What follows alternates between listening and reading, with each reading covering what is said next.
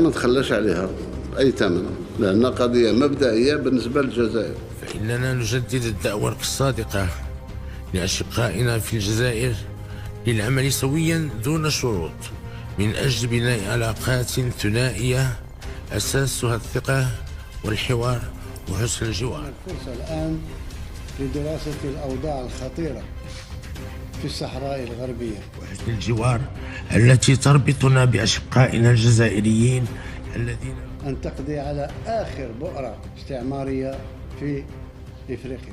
نعترف بأن وضع العلاقات بين البلدين غير طبيعي وغير مقبول. انتهاك المملكة المغربية لاتفاق ساري المفعول منذ 1991. فخامة الرئيس الجزائري الحالي ولا حتى الرئيس السابق ولا أنا مسؤولين على قرار الإغلاق، ولكننا مسؤولون سياسيا وإخلاقيا